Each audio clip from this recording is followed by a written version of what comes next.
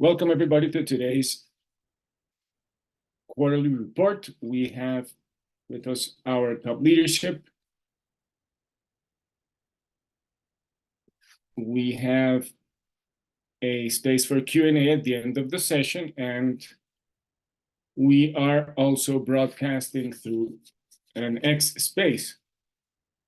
You are able to ask questions through the Zoom chat.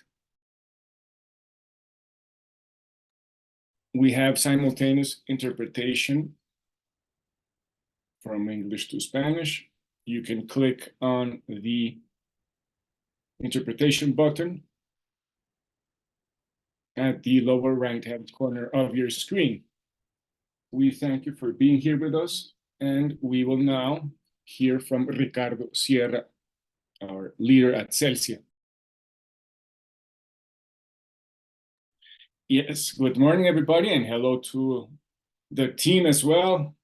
I'm here to resolve any doubts, any questions that you might have, and also go into detail about what we've done in our first quarter and what is expected for the rest of the year.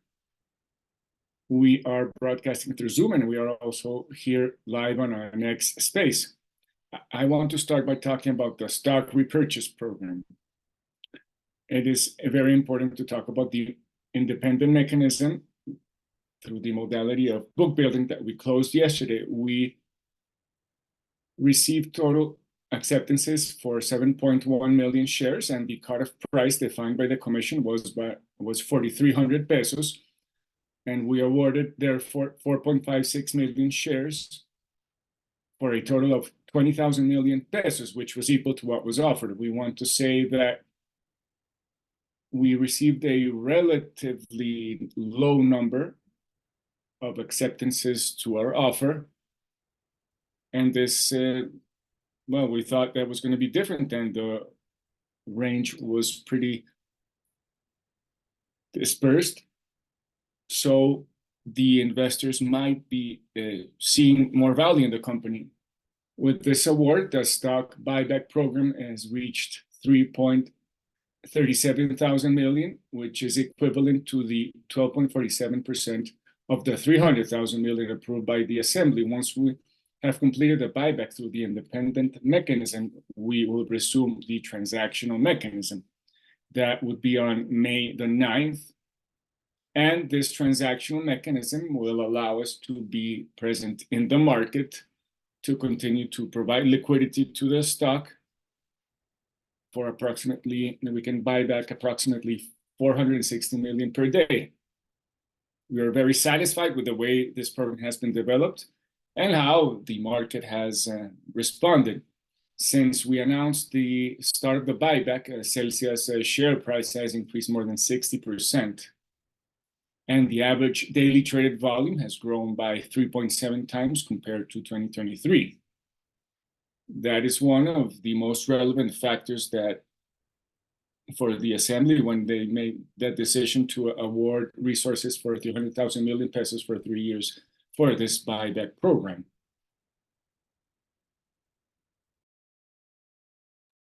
This buyback program has also been accompanied through a pedagogic program, which is that through our social networks on X and LinkedIn, we have provided all of the details of how the program is developed on a daily basis.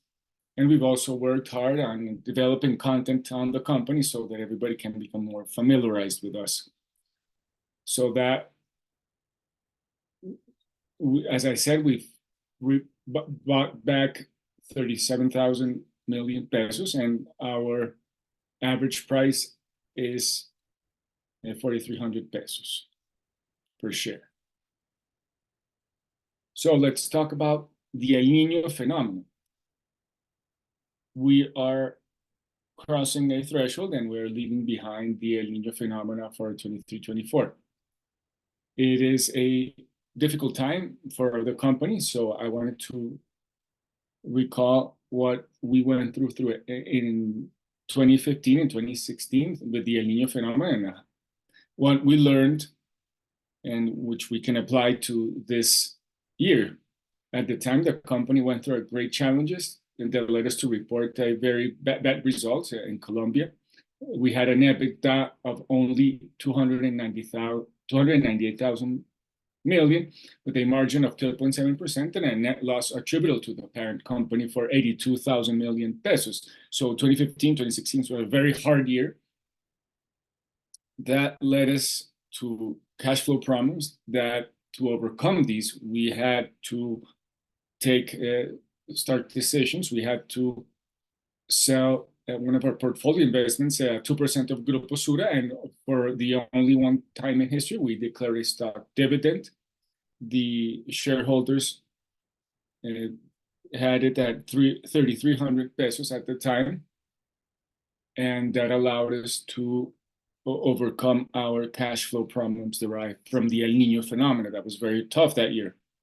And this experience led us to rethink our competitive strategy for the Colombia operation and plan for a future El Niño.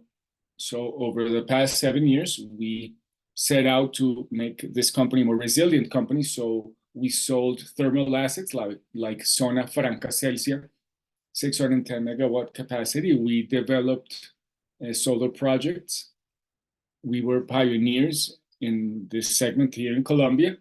We built Tesorito, a gas thermoelectric with 2 megawatt capacity, but is highly flexible because of its setup. It's completely different to Zona Franca El Celsia, which was a big thermal plant with combined cycle, pretty complex operation. And additionally, we saw an expansion with the business in El Tolima, and this allowed us to move forward with a pretty vibrant performance. So El Niño for our type of business will always bring a lot of problems. Every time we have the El Niño phenomena, we have to tighten our belts. However, because we reconfigured our assets, our team, our setup, our operation, because we always aim to have good results even through El Niño. So now let's look at what happened this year through the El Niño. So in 2015, 2016, as you can see, it was pretty tough. We reconfigured, and now I will compare 2015 to 2023. The El Celsia has in May a 44% from 23% of our water reserves in the south of Colombia. This does not even meet the minimum conditions, but we are still in a better position than we were in 2015. So we expect to have better possibilities to generate electricity. For our main resources, we have a stabilization near the historic levels by the half of the year. Based on international climate agencies, between April and June, the El Niño phenomenon is going to be more neutral. It's the famous spring barrier, which makes predictions a bit difficult. And we expect to move into an El Niño phenomena where a probability of 62% for this between June and August of 2024. So from a very dry period, we're going to move into a very wet period, above average period of rain. If we during the 6 months of the El Niño, our income was 2.9 thousand million, 24% above 2015, 2016. However, costs were barely 8% higher, and gross profit was 709,000 million, 143% more than in the previous El Niño. Our EBITDA was 754,000 million, 153% higher than them, and the margin was on average 25.7%, which was more than twice of that in 2016, 2015. This operational performance allowed us to go from a net loss of 10,000 million to a profit of 182,000 million in 23-24, even considering that the financial expenses for the indexers were twice of those in 15 and 16. Even when comparing only the first quarter of the year with 2015 and 2016, EBITDA was 56% higher, and the net result and the parent company went from net losses of 6,000 million and 26,000 million, respectively, to profits of 35,000 million and 25,000 million pesos. We wanted to share these results because they are a clear example of the power of our strategy,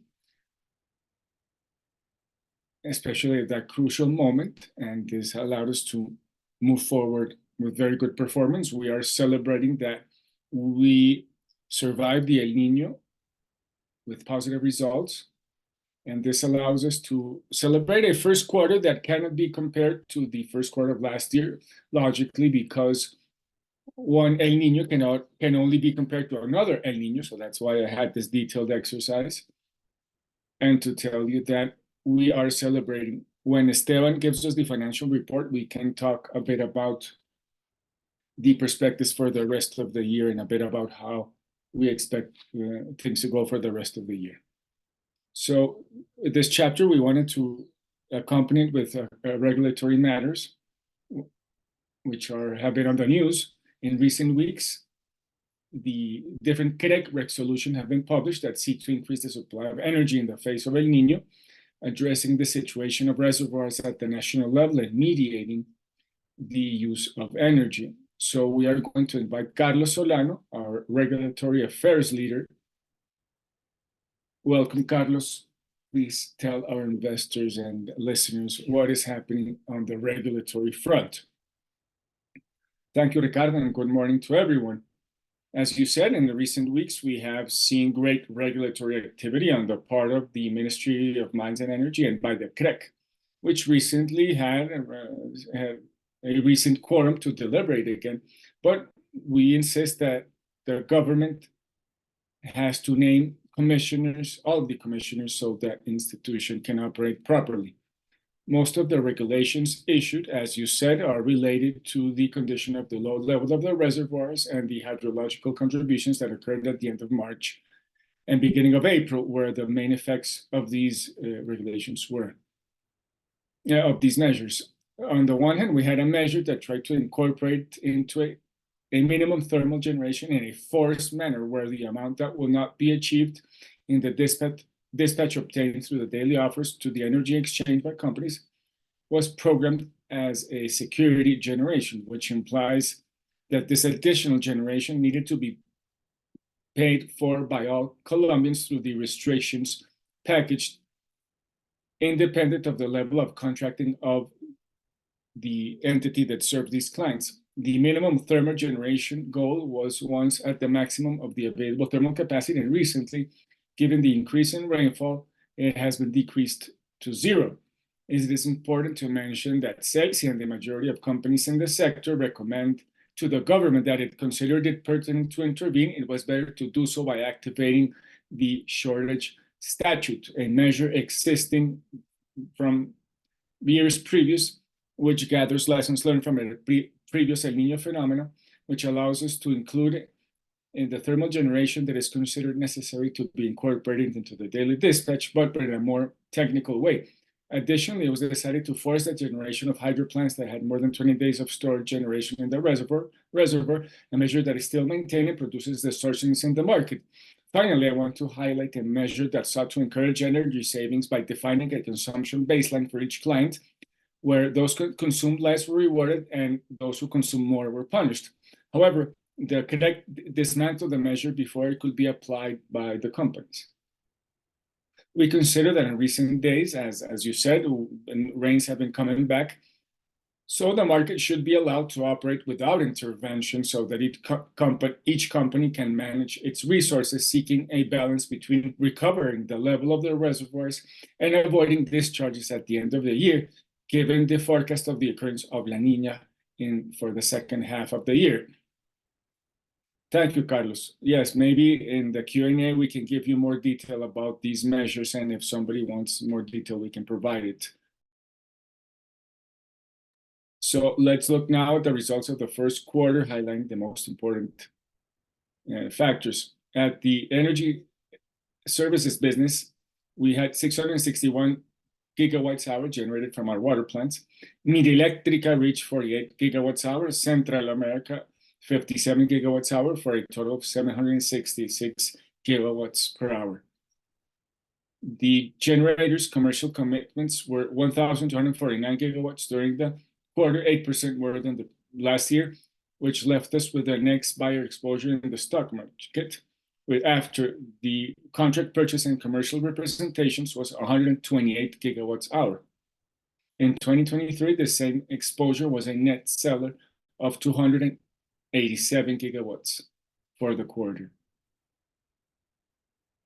In the marketing segment, sales from the regulated, non-regulated, and photovoltaic energy markets totaled 1,064 gigawatts hours for the quarter, which was an increase of 13.6% compared to the same quarter of last year. In our asset management business, we highlight the results of the C2 Energía platform that, with its 300 megawatts in operation, recorded generation of 97 gigawatts hour with a growth of 119%, with an additional 44,000 million pesos in a revenue, represent an increase of 152%, and an EBITDA of 33,137 million pesos. This platform has another 308 megawatts under construction and 502 megawatts in the development phase that will allow more connection points by the middle of this year. With the Caoba platform, in this quarter, we sold 2 projects in the department of El Valle and one in Tolima with a BOT contract. These are sales that were assets that were developed and built in Celsia, Colombia, and were transferred to the Caoba platform once they enter into operation. At the end of March, the platform's total assets amount to 2.8 billion pesos. Revenues in the quarter totaled 86,000 million, the positive variation of 34.1%, and an EBITDA of 74,196 million. For its part, our thermal platform, El Tesorito, generated energy based on compliance of its OEF and reached 98 gigawatts hour, which was less than 2023. The platform had revenues for 89,000 million pesos, with a year-on-year reduction of 35.8%, and reached an EBITDA of 35,878 million pesos. This platform, we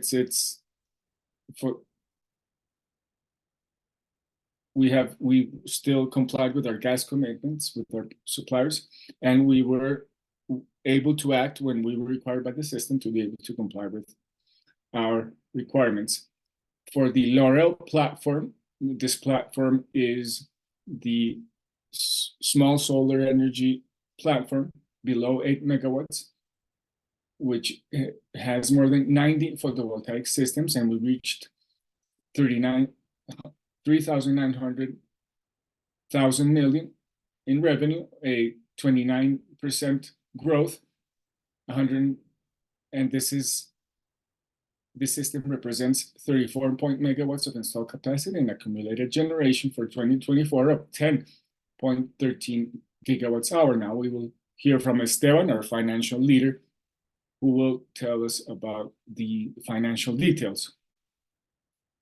Thank you, Ricardo, and good morning to everybody who joins us on this call. As always, the detailed analysis of the income statement and other financial information can be found in the reports published in our investors' website.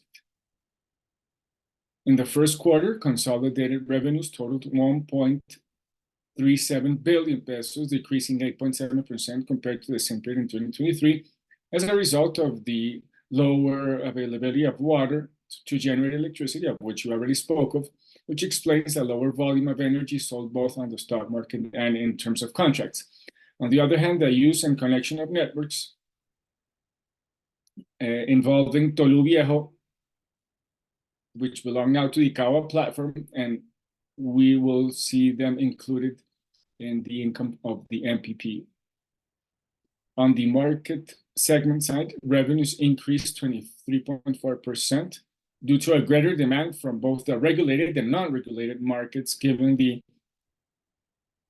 high temperatures and also the entry of new clients, especially into the regulated market. The distribution of total income by the business, 86%. It is contributed by the energy services business with 1,000, and the asset management business contributes 14% with 190,000 million.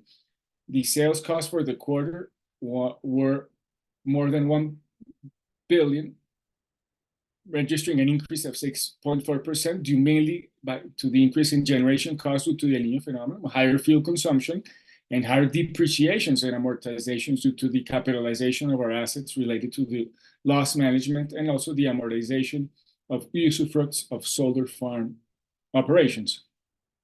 Administrative expenses were 87,000 million, with an increase of 5.8%, 160 basis points below the annual variation of the IPC. The increase is mainly due to fees for legal and financial consultants and the deterioration of our accounts receivable. EBITDA was 325,000 million, and the EBITDA margin was 23.7% for the quarter. It is important to mention that the expected margin for a quarter within an El Niño phenomenon should be in a range between 10 and 15%, due to the prevalence of thermal generation and the decrease of the hydro component. Although EBITDA and the margin were below of that of last year, it exceeds expectations thanks to the preparation of our assets that from the lessons learned from previous years. In total of EBITDA, 91.6% is contributed by the energy services business with 298,000 million, and the EBITDA margin in that segment is 26%, and in the asset management business contributes 8.4% with 27,000 million. This corresponds to the EBITDA with repays the asset management business and does not correspond to the EBITDA that each of the investment vehicles obtained for the quarter, which was 112,000 million pesos that are not reflected in this EBITDA that I just explained. In total, the EBITDA that we managed, considering the consolidated EBITDA and the EBITDA that each of the investment vehicles is around 433,000 million, and it represents 20, and this, what we are seeing is only 26% of that total. Net financial expenses, including exchange differences, reach 163,000 million pesos, with a decrease of 30% compared to the same quarter last year. During this quarter, we improved the credit conditions that added to the behavior of the indexers, allowed for these 3 months to reduce by 150 basis points the cost of our debt compared to the same quarter last year, and puts us on a decrease trend in our debt that we expect to consolidate at the end of this year. Income taxes were 21,000 million, and which decreased by 67.6% due to the lower profit before taxes.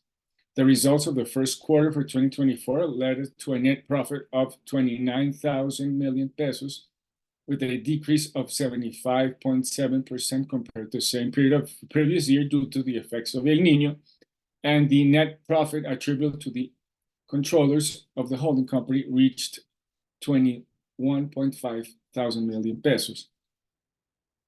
I hadn't mentioned, I didn't do it for the individual items, but the financial results for this year, well, this year we have a strong comparison to the first quarter of last year, which is the divestment of the assets in Central America last year. In pro forma, and if I compare this pro forma to last year, we have this for this region. In terms of income, These lowered 23%.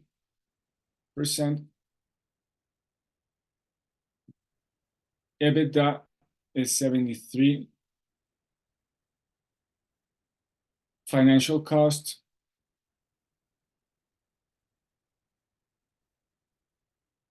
and net profit, instead of it improved 13% compared to the first quarter of last year. In terms of our leverage, the company closed the quarter with a consolidated debt of 5.27 billion and a leverage ratio of 2.82 times net debt to EBITDA. The average life of the company is 5.8 years, and the quarter closed with a consolidated cash flow with close to 585,000 million.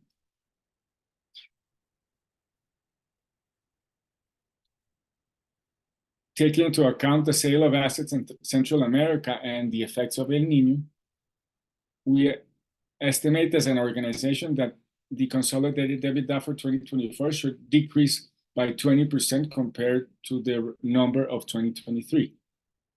However, it is very important to note that thanks to the investments in El Tesorito, in C2 Energía, in Caoba, as in other financial instruments that we created to face the situation and the reduction of the cost of our debt, as I just mentioned, we estimate that net profit and net profit for the controlling company should see similar amounts to last year, which shows us the resiliency of our asset portfolio that we have set up to be able to face a year as Ricardo said, is one of the most difficult years that we have to face given the climate conditions. So that is my analysis for the financial side. Yes, we can go deeper into the expectations that you gave us, which is a decrease of 20% in EBITDA, but our net profit should be similar to last year. That for us is a win, especially for an El Niño year. Over the next months, we also expect, well, as I said, that the weather to stabilize, rains to come back. We expect EBITDA to be between 32 and 35%, and as usual, and we are also very optimistic that we will have a greater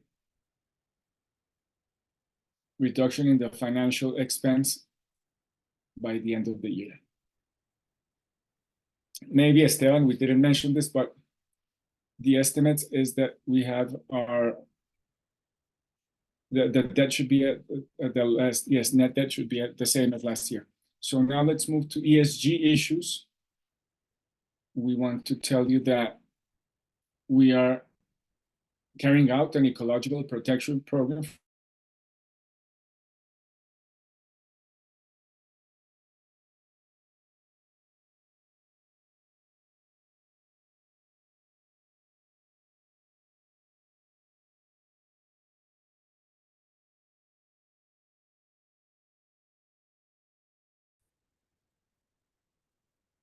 we estimate to add 2.5 million trees in El Tolima. In total, around the country, we have planted 16 million trees, and we are planting many more right now.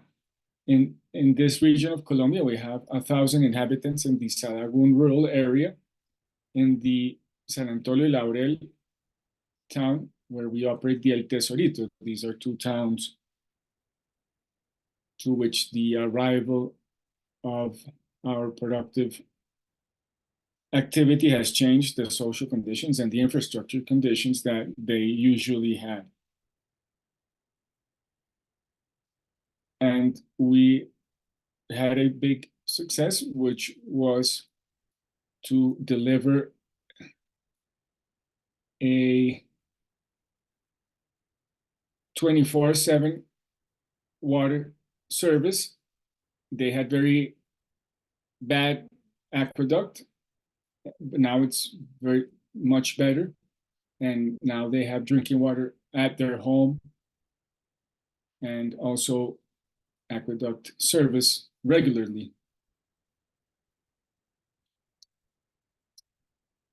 We have a lot of social and environmental investment projects in that area of influence, among which we have free community internet for those two towns, road improvements, sewage.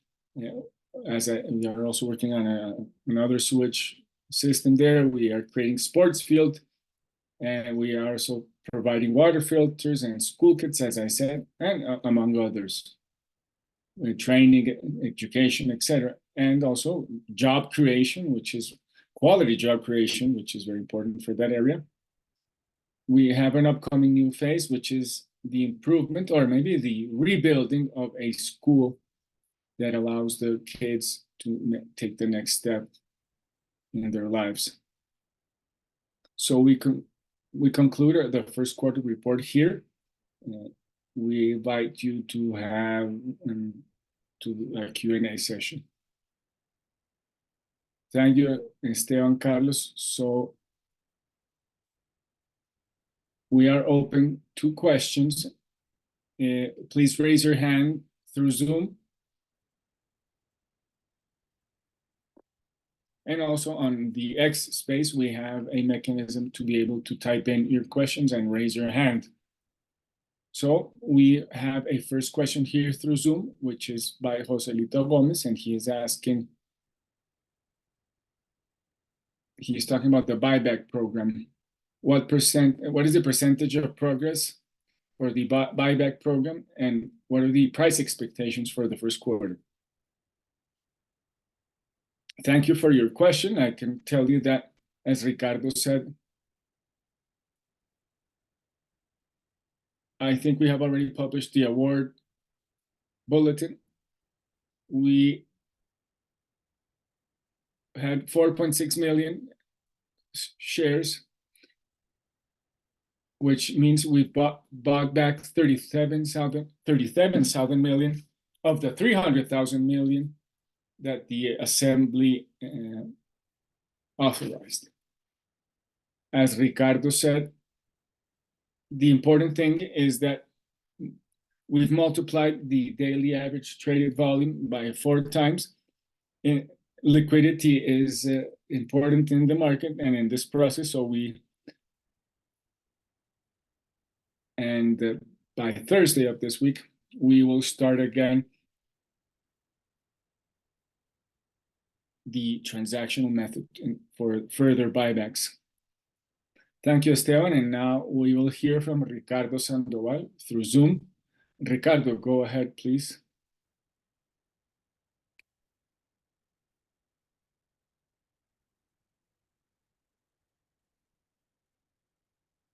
Good morning, everybody. Can you hear me?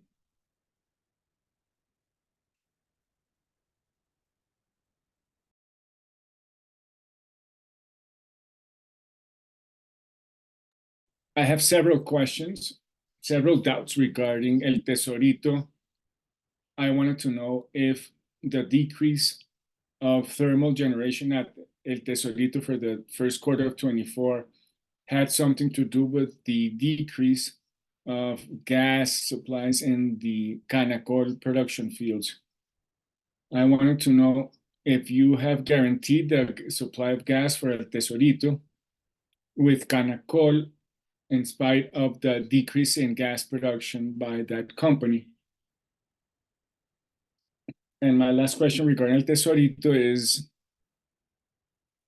given that Canacol wanted to sell their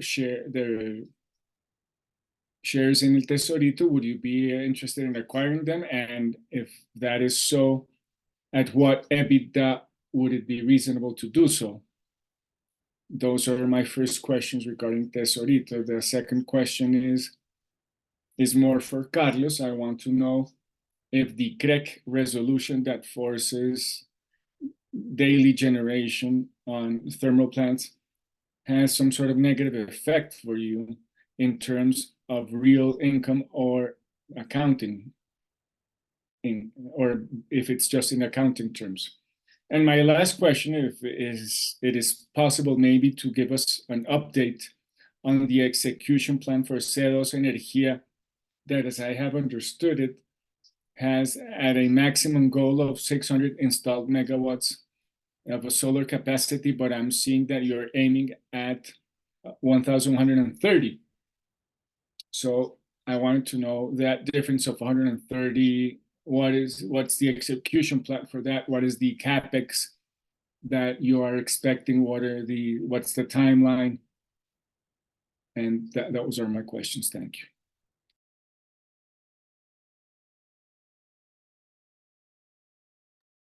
Thank you, Ricardo. I'm going to paraphrase your questions because I think that on X we didn't hear you well, but there are three relevant questions. The first is on the situation of the generation capacity at El Tesorito, given the decrease, if this was due to the gas supply from Canacol. The second question, if then is the gas supply is guaranteed by Canacol. And the next question, if then is Canacol decided to share the 10% stake that I have in Tesorito, if we would be interested to buy it. So I'm going to start answering your questions, and we will give Carlos Solano the opportunity to answer the other questions, and also about the solar panels. Well, we have a gas contract with Canacol that is activated when we are at 95% of hitting the threshold for a scarcity price. When we touch that scarcity price, we've always had that gas available. And additionally, when we had to do security generation, we also had available gas. So what this means is that at no time, El Tesorito was not complying with their obligations, given the problems at Canacol. So that is very relevant, yes. We built Tesorito so that it could kick in when the system required it. So that's what it was designed for. It's been working very well, but what we did not have, to cap off the question, is that we did not have a lot of available gas to compete delivering energy when the prices were high, not at the scarcity level, but at high prices that could provide good income to El Tesorito. And there we did have problems to solve the problems of availability for merit, not for our main obligations. We are talking with different producers which are in the area, looking at the possibility of ensuring a potential expansion at the gas plant in the North Coast. We are talking with the thermal teams and generation teams to ensure gas that will allow us to have a competitive position when the prices in the stock market are good. So that's on the supply side. We are good there. Through El Niño, we passed the test. And I wanted to say it again, the Colombian system definitely showed its resilience in the matrix where we have different technologies. It is an ideal energy matrix. This is what we should have in all our countries to be able to go through the climate variability, these the less climate issues that are going to be more prevalent in the upcoming years. So that's an important factor. And I think that we need more thermal plants for the 27-28 period.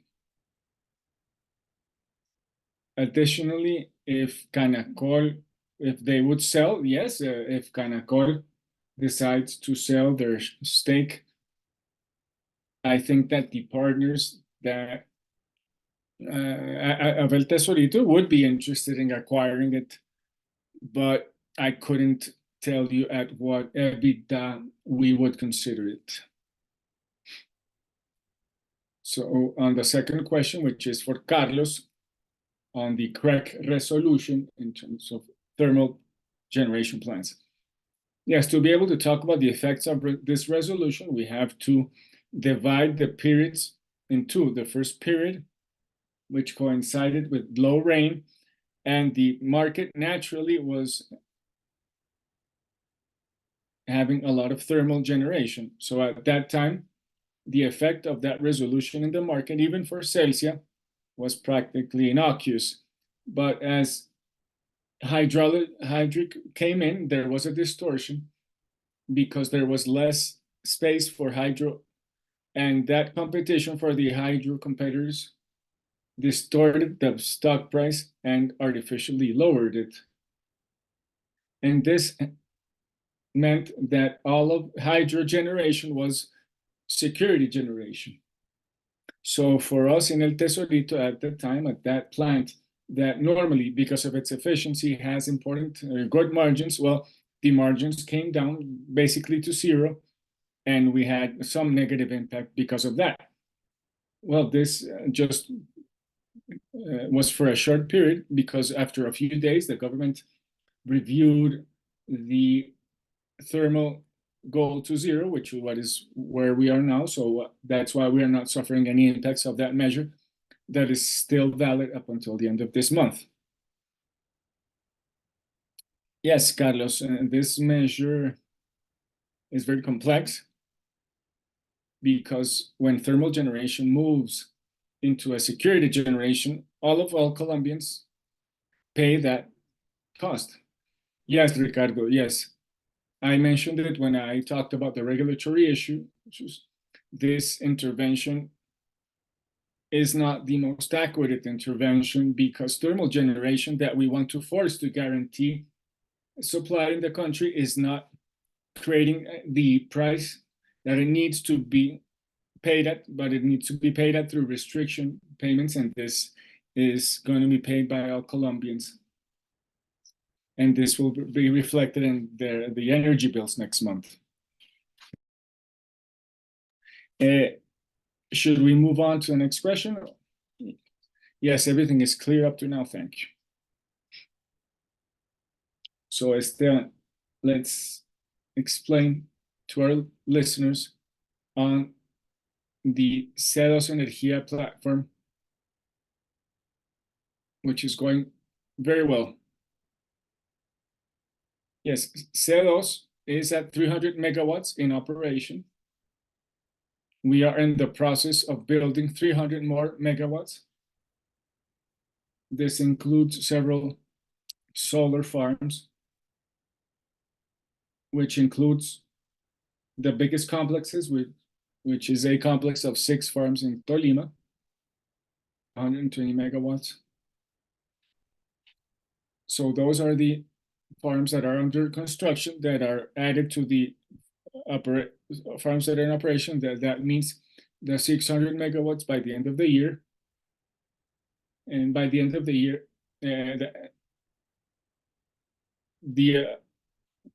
the extra 443 megawatts, well, the development plan of the company includes these, and we have different phases there. And we expect to have approvals for connectivity this month. Given the conditions of today, the market conditions of today, we have to say it because the solar panel price is variable. We can be at $705 kilowatt hour, which would depend on the complexity of the solar farm, which could be, but the 600 megas, those addition, that with the dates of entry into operation that we have asked for, would be by 25 or 2026. So the next wave of construction would be after we put into operation the 300 megas that we are currently building. So just to clarify, By the end of this year or beginning of next year, we will have 600 megawatts of solar energy built. And between 25 and 27, we have the second wave of construction, which will be the 443 additional megawatts. Yes, almost 530 megawatts. Yes, thank you, Ricardo. Our strategy has been a B2B strategy, and a large part of the solar farms that we have built are directly connected to industrial clients or commercial clients. This allows us to generate a lot of competitivity for these clients. So we have to invite all of the clients to jump onto this bandwagon. This is the most efficient technology. And that puts us in a position for this energy not to have to go into the stock market when we see of our contract level are below 90% of energy generation, which means that we are highly contracted. If you look at the stock price, Celsia is at 90% contract, and stock price variability does not impact us a lot. Those more than 1,000 homes that we serve in Valle del Tolima throughout the El Niño phenomenon did not have any variation in the generation cost because we were highly contracted. That's another success of our strategy.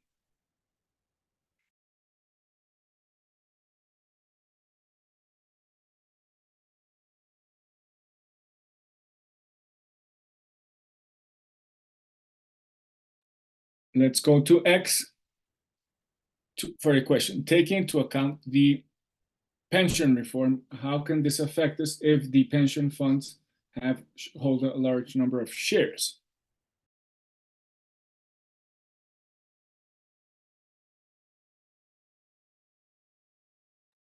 I can tell you that we have been keeping an eye on the impacts that the capital markets, the impact on the capital markets given this reform. Capital markets are a source of funding that is very interesting for us, not only because, as you said, we have the pension funds there, but also we have exposure through our bond issues that are important as well. We have been reviewing what different analysts have been producing with regard to the investment issue, and what we foresee is a relatively low impact. We have been trying to gather several opinions from fund managers, investors on the issue, and it seems that if the current stock of pension funds continues as is, there should be no impact. But if the pensions migrate to the government, they would develop a new investment regime, and we clearly expect that there will be more T bonds issued and lower exposure to foreign assets. But at the end of the day, we expect not a lot of impact on the position of or the stake of pension funds in us is about 25%. So they are maxed out. I don't know, Esteban, if you can add something. I think that you're hitting the most important point, and at least from the bill of the reform, what we see is that we are talking about 70 billion pesos that will continue to be managed by Colombian pension funds with some adjustments, and we do not expect a lot of movement in those portfolios. The government has said that those resources become part of the market, and as Ricardo said, more participation of T-bonds. So we expect that one of the assets that could suffer are the investment assets outside of Colombia, which involve stocks in other markets and those sort of components. Those could suffer the greatest impact in this context. Right now, we are keeping an eye on it and how the bill passes through Congress, and to see if it is modified or not, and how it will be passed as law.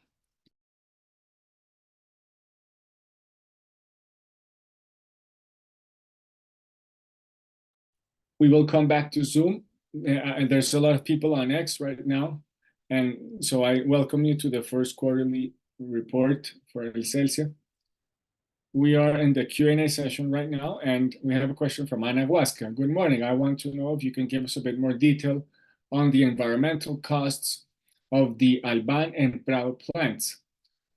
Is this an issue with regards to licenses, is the question. So Santiago will answer this question.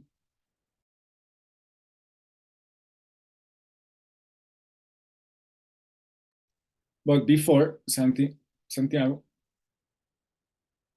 I want to say that people might think that operating a thermal plant has a lot of cost, but the social and environmental costs in Colombia have gone up in Colombia in these plants. So what we are seeing is the reflection of a new decision as a country to provide more importance to these to environmental issues. Yes,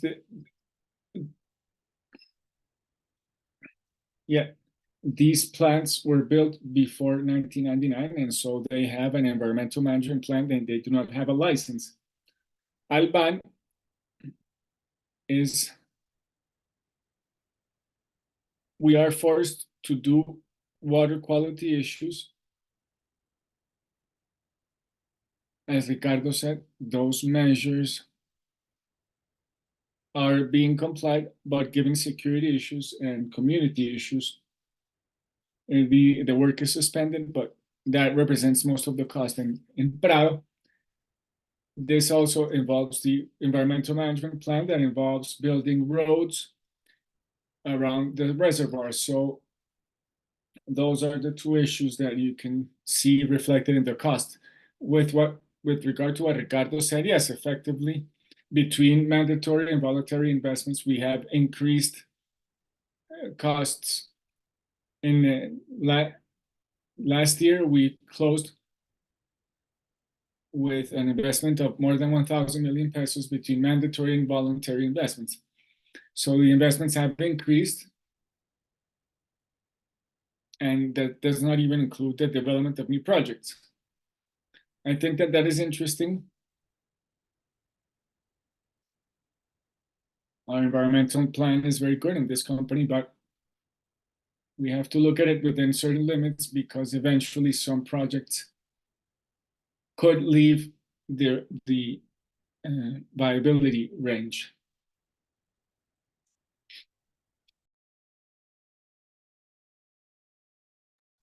Question: is there some projection about the impact that the El Niño phenomena will have on the results of the company?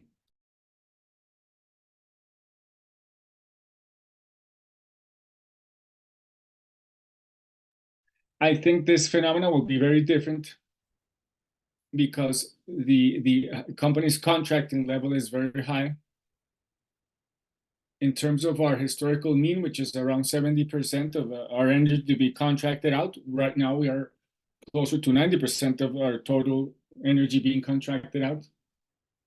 And most of our energy is delivered to long-term contracts. This El Niño phenomena comes after an El Niño phenomena, so it will help the recovery of the reservoir levels. So we need to see how intense it will be, because when we talk about El Niño and the El Niño phenomena, one of the variables that we do not know is the intensity or the duration of it. So we have to wait to see how El Niño phenomena behaves but what we can foresee is that we are very high contracted and energy production.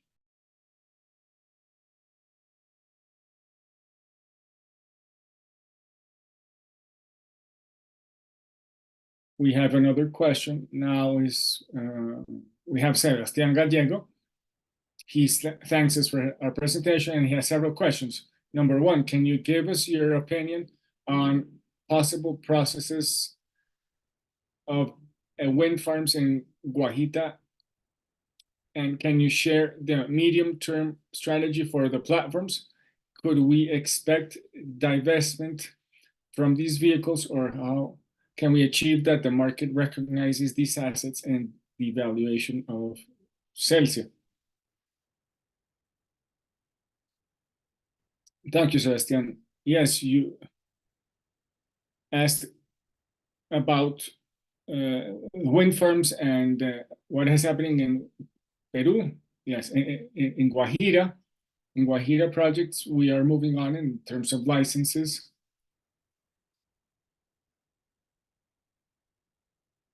We had some bad press, but we managed to get some licenses that we're expecting, and we are still on our timeline. And the authorities are reviewing the information to finish the licensing process. We are optimistic for the end of the year, or maybe first quarter of next year to have all of the licenses. Yes, we have 2 licenses pending. One in Corpo Guajira for the Casias project. This was the license that Ricardo just mentioned that has been issued, and we expect to get it before the end of the year. And the other licensing process, which we are undergoing right now, is for the transmission line for Camellia, which in the worst case scenario, we would have it by the end of the year, or the worst case scenario is second quarter of next year. Once we have those 2 licenses, these environmental licenses, we could start building the project. Yes, I want to talk about if we are going to build or not. Well, we want to have all of the options available to us as a company. We have open options, like is building it, partnering or selling it. Those are the choices that we have, which leads into the next question, which is what should we expect in the medium term for the platforms? Yes, this is platform management, because if in these platforms we have the opportunity to sell them, which are interesting options that allow to bring in good value for the company, for you, the shareholders, we would logically develop these. This is important because,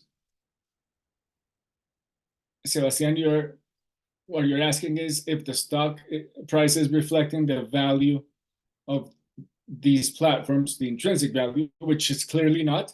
We did an exercise with ISA and the leaders here, with the investors, of transmitting to you what these platforms mean, what assets we have there, what is the future of these assets, because we have a lot of value there that is very interesting for you to understand and be aware of what could exist there in the medium term.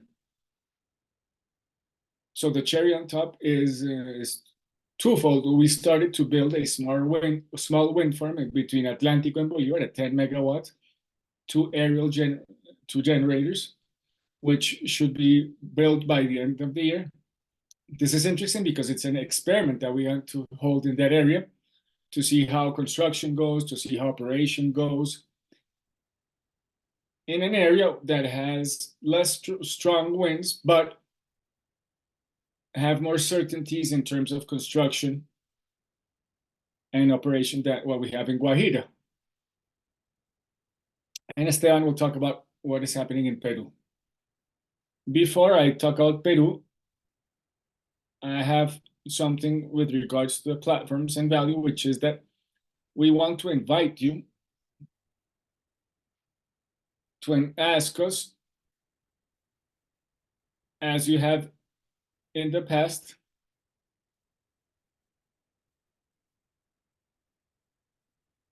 because there is a lot of value there.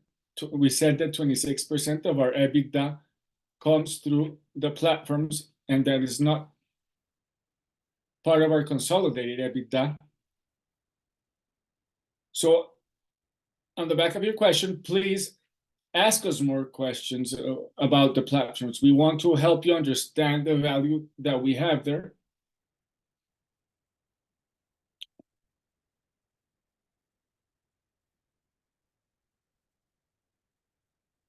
You heard the EBITDA reports, but so I invite you. That would be more work for the PR team, but we are ready because we understand that a large part of the company's value lies with those investment vehicles. We continue to have progress in the Peru strategy. We are closer to executing the projects there.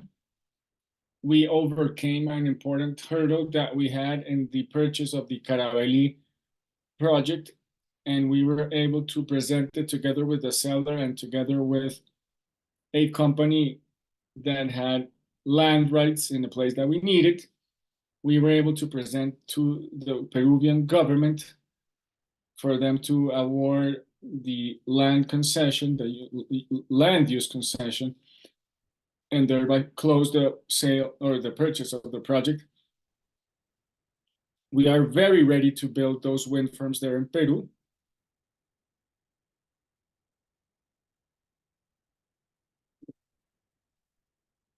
I would say that we are developing the Peru strategy. We're increasing it. We are bringing more, and we are in a very interesting process that we expect to finish by the end of the year, to maybe have a platform that involves more than one project in Peru.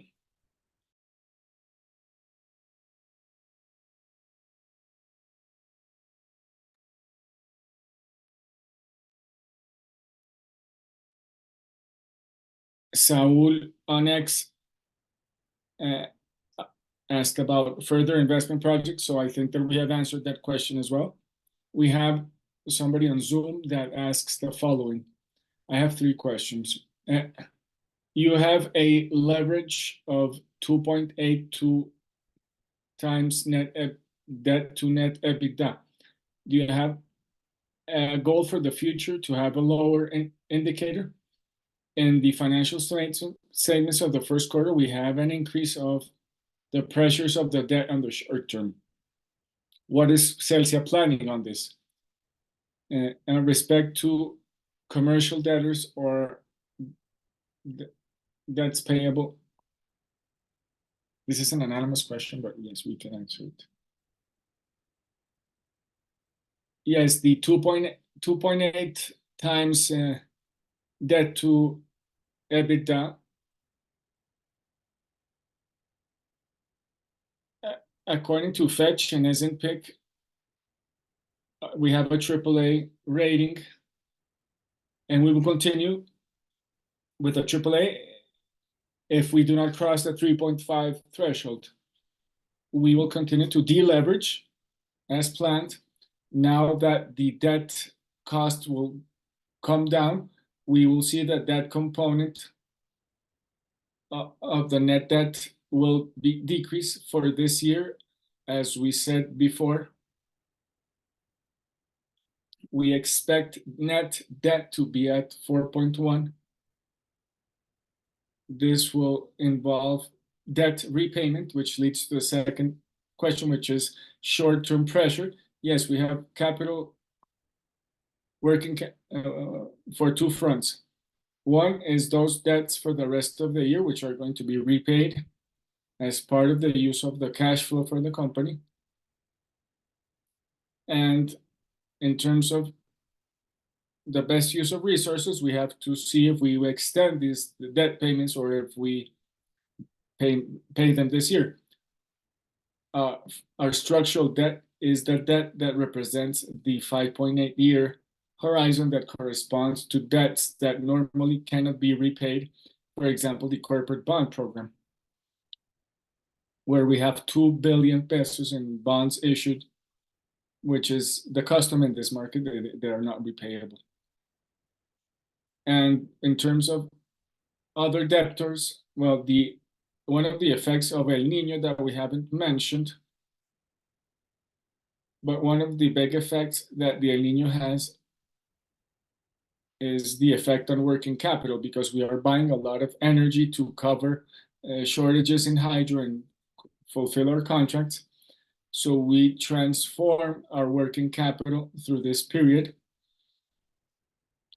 We are seeing a snapshot of this period right now, but as an organization, we expect that this was a short-term effect, and when we go back to normal and we have El Niño, the working capital will come back slowly to normal.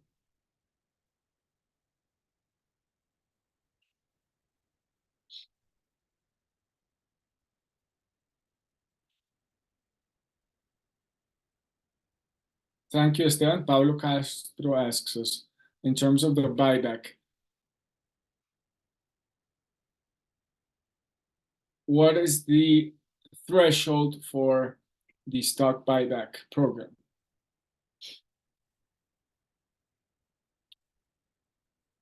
The strategy and the mandate that we have from the shareholders assembly is to provide liquidity in the market so that we have correct prices.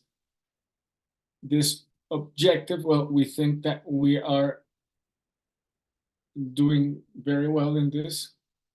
We moved from a liquidity below 400 million pesos daily, now up to 2,000 million pesos daily.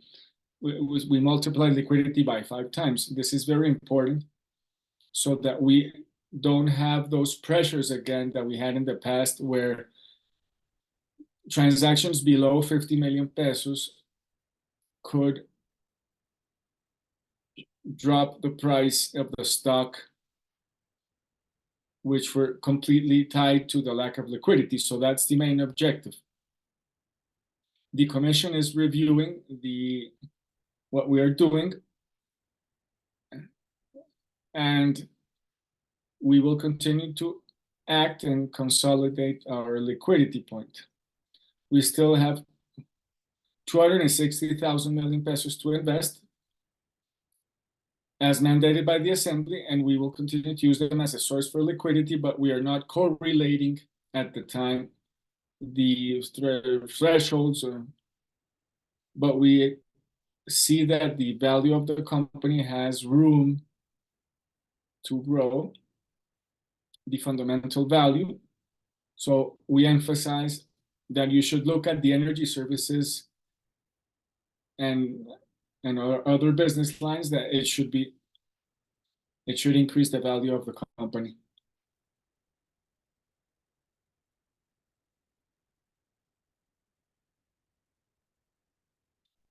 That will allow you to determine what is the threshold for the buybacks, so that it does not destroy value for the program, for the company. And what we want to act is to provide liquidity for the market, which is our main mandate.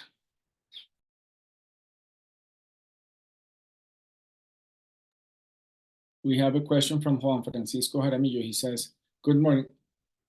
Why do we see a low collection from? So what is been done about it? Our collection is from our distribution business. That portfolio has no problems. That portfolio collects 98% without any problems. And it's one of the best that we have in the system. Our clients in Valle del Tolima are very good clients. And here I would like to talk about what happened in the quarter. I think that Esteban touched upon it, which is that we had Easter at the end of March, and that led to our collections for March to come down. and to like around 94%, 95%. And today we are up to 97% again. As of April, we are recovering our collection without any problem.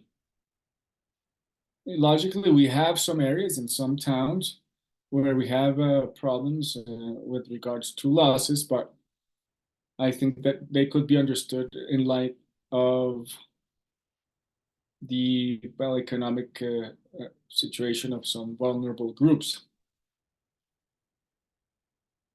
And we also have a commercial portfolio that we have at CNC, which was completely resolved. Yes, from the technical point of view, Juan Francisco, I can tell you that when the company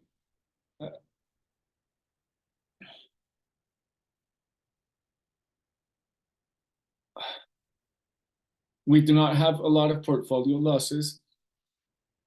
We estimate collections and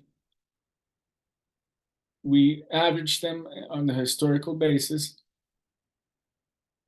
So this is a recurring exercise following the technical rule, which is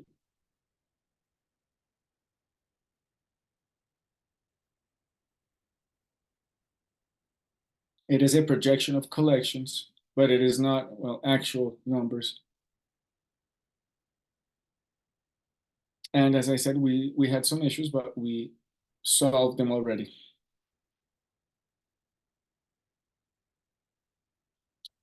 Financial costs were above 170,000 million and profit below 30,000 million. Do you have a way to reduce debt?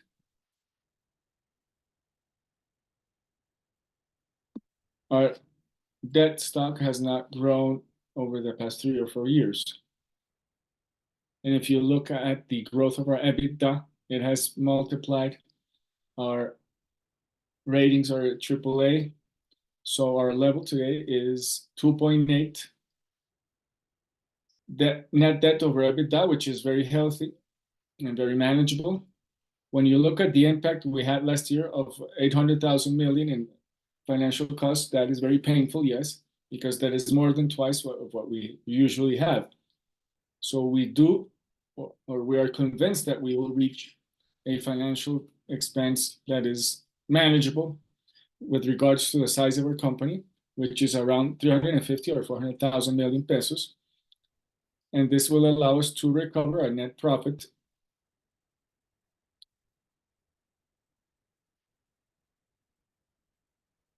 so that is our vision.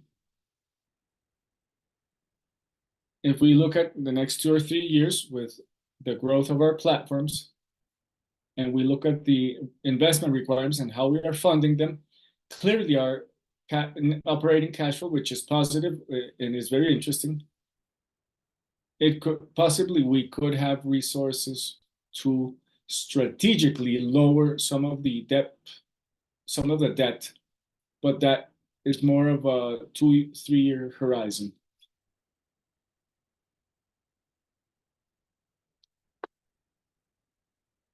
We have a question from Ricardo Sandoval. The indexed financing strategy, would you like to change it after the market conditions come back to normal? The stocks that have been bought back, what treatment are they given? Are they kept? Are they eliminated or brought back into circulation in the market?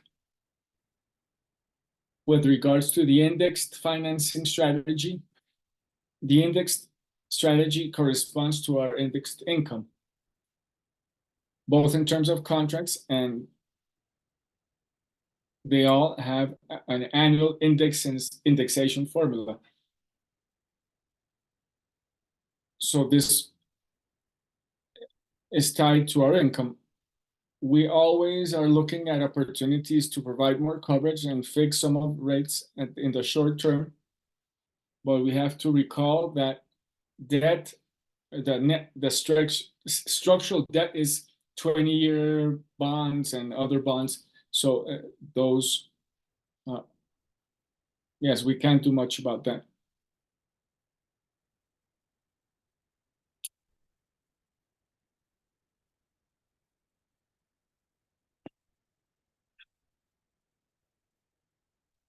our indexation corresponds to normal income cycles. It is very correlated with regards to the stock. What we want to do with those stocks. We have Ricardo. Yes, these shares are suspended, especially their rights. The right of these shares to receive dividends and political rights are not part of the company today, which means that the company is not a shareholder of itself. We can sell them again, we can cancel them, and decrease our equity, but we haven't decided yet on a mechanism or on what we're going to choose. So as I said, these shares are suspended.